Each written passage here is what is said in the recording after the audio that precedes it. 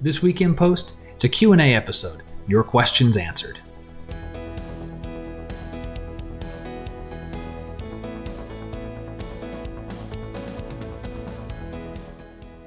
Hey everyone, I'm Scott Davenport. Welcome to In Post. This week, it's a Q&A episode. I've been asking you to send in your questions. You guys certainly have been. Got a bunch of them, and I picked a few I thought I'd share with you here. Thought they were interesting to everyone overall. So let's get into our first question. It comes from Anthony, and it's about Lightroom and the print module. He's in the print module, and he asks, well, I've created this collage, and how can I save it as an image? Well, the answer is the print module is for printing, and it's just an assembler, really, of multiple images if you're creating a contact sheet or something like that. If you wanted to save that collage as a separate digital image, you effectively have to print it, but printing it to a digital image. And so really quickly here, just let's say I did a triptych like this, you'd go over to Printer, and then from here, at least on a Mac, you would save it as a PDF or something like that. Or if you had some other type of printer that was actually a file format, like printing to JPEG or something to that effect, you could do that from here. And that would save your collage as a digital image. Next question was from Paul. He asked, do you use a Wacom tablet, and can you do a video showing some of the features of that tablet with On1? The short answer is no, I can't. And I actually have Intuos tablet here that I tried to use it. I used it for a couple of weeks, and it just didn't work well with my hands, or just it didn't ergonomically work for me. I prefer the trackpad, so I'm not using a tablet. I did, ditch the trackpad for 2 weeks and struggled and got used to using the pen enough to realize it just doesn't work for me.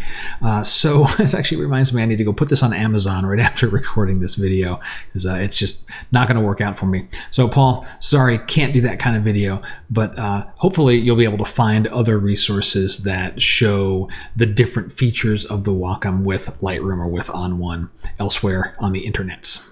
Next question comes from Jim, and he asked, what lighting do you post-process in? I thought that was a very interesting question. It's not something that we often, or we should give thought to, but sometimes we overlook. So I try to do it in moderate light. I don't want to be in a completely dark room. I don't want the monitor to be the brightest thing, because then we tend to process and things are underexposed. I mean, our monitors are already backlit. They're already very bright. And so colors look vibrant. And then when you are looking at that same image somewhere else during daylight or different lighting conditions or on a different device, it may look a little dull or a little dark. Definitely if you print as well, you'll have that problem. So I try to do moderate lighting. I don't want any direct light shining on the screen, so I don't get glare or things like that. And then after that, I tried to have that as consistent as possible.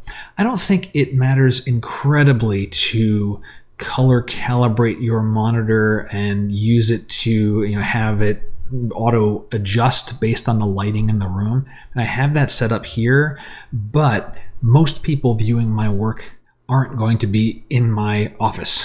So they're not going to see it in the same way. They're going to see it on their screens and their devices. So I think it's more important just to get something that's relatively consistent, make it look as good as it can on your screen. And then, lighting is different in every room. There's always going to be little deltas. But just moderate lighting. Don't make your monitor the sole brightest thing in the room. And don't have any light shining directly on your screen.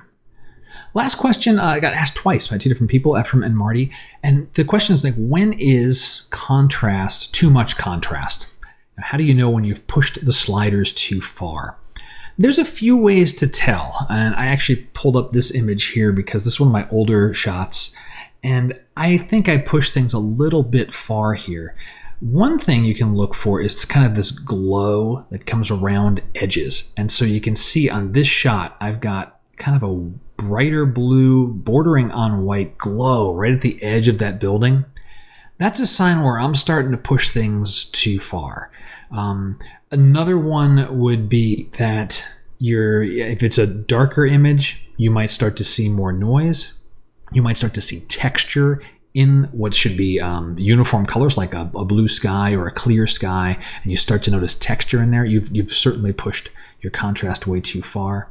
One other thing with a way to look at it is looking at your image in different sizes. Sometimes you'll see those halos or those glows on a thumbnail where you won't notice it as much when you're looking at it large. And that's another way to kind of sanity check, am I pushing my contrast too far or not? Look at the thumbnail of the image and see if anything looks obviously awkward. And then also look at it at normal size and watch for areas of uniform color or uniform tone that start to get a little choppy or a little crunchy. That's an indicator you've pushed contrast too far and you either need to back it off or at least mask it away from the areas that don't look right.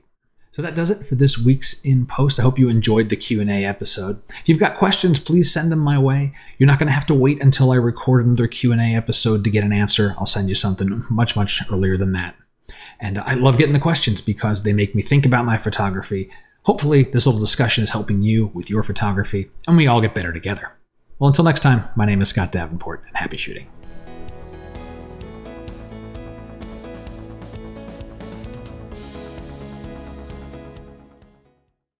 Who was the dude that asked that question?